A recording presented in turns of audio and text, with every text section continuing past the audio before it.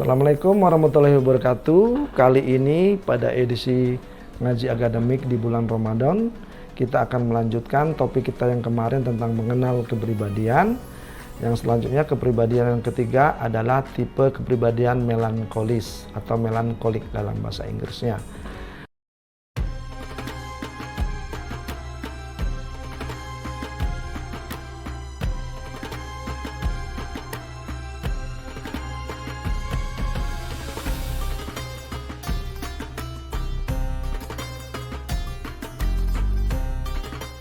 Mahasiswa atau murid-murid atau orang-orang dengan tipe kepribadian melankolis ini cenderung orangnya seperti bumi.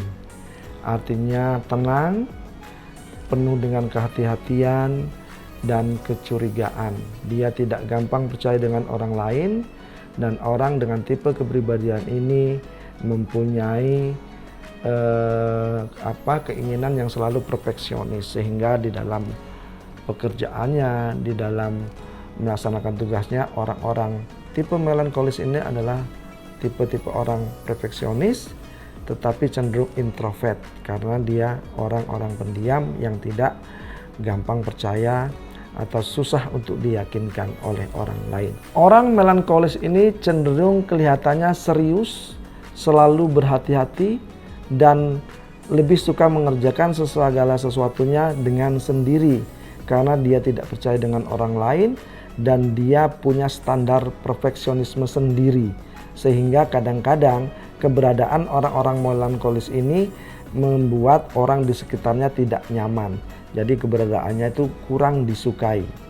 Orang dengan kepribadian melankolis ini cenderung rasa pesimisnya tinggi, dan ini menjadi sesuatu yang perlu diperhatikan karena ini kelemahan. Dan ini bagaimana kita sebagai dosen dan guru mampu meminimalisir ini di dalam proses pembelajaran di dalam kelas. Mereka sering pesimis dalam menghadapi permasalahan hidup, kesulitan-kesulitan hidup. Terus kemudian mereka juga cenderung menyendiri, tidak suka bersosialisasi, dan ini juga merupakan kelemahan-kelemahan yang ada di orang dengan kepribadian melankolis.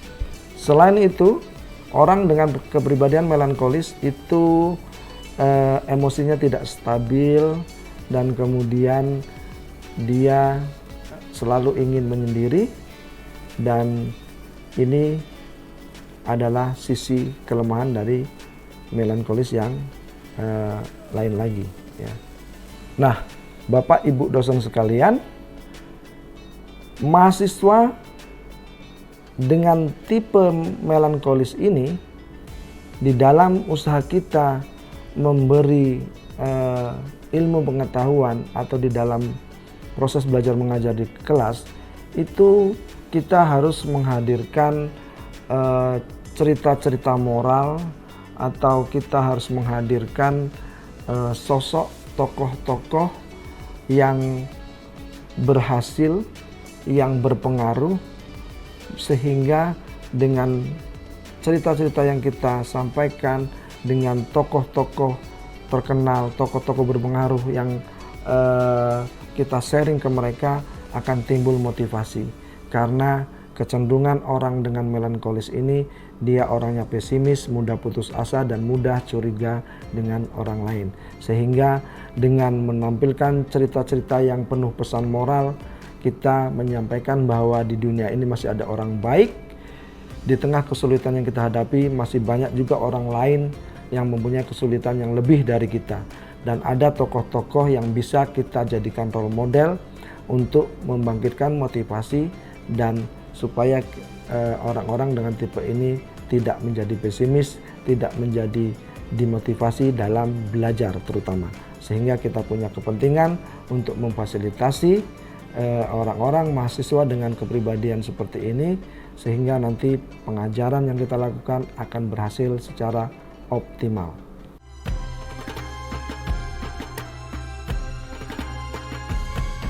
Baik Bapak Ibu dosen dan guru sekalian, bahwa dalam perspektif pedagogi, mahasiswa atau murid dengan tipe melankolis ini di dalam usaha kita untuk mengoptimalkan pembelajaran itu harus diberi stimulan atau stimulus berupa menghadirkan cerita-cerita moral, cerita-cerita yang mengandung pesan moral bahwa tidak semua orang itu jahat, bahwa ada orang yang baik, bahwa di atas kesulitan kita masih ada kesulitan orang lain, sehingga mereka tidak memandang dunia dengan pesimis, mereka tidak memandang ilmu pengetahuan dengan pesimis, sehingga dia bisa termotivasi bahwa ada sesuatu yang baik di dunia ini yang bisa membuat mereka menjadi optimis, dari pesimis ke optimis, sehingga pada akhirnya diharapkan dengan cara ini guru dan dosen mampu mengoptimalkan kemampuan mereka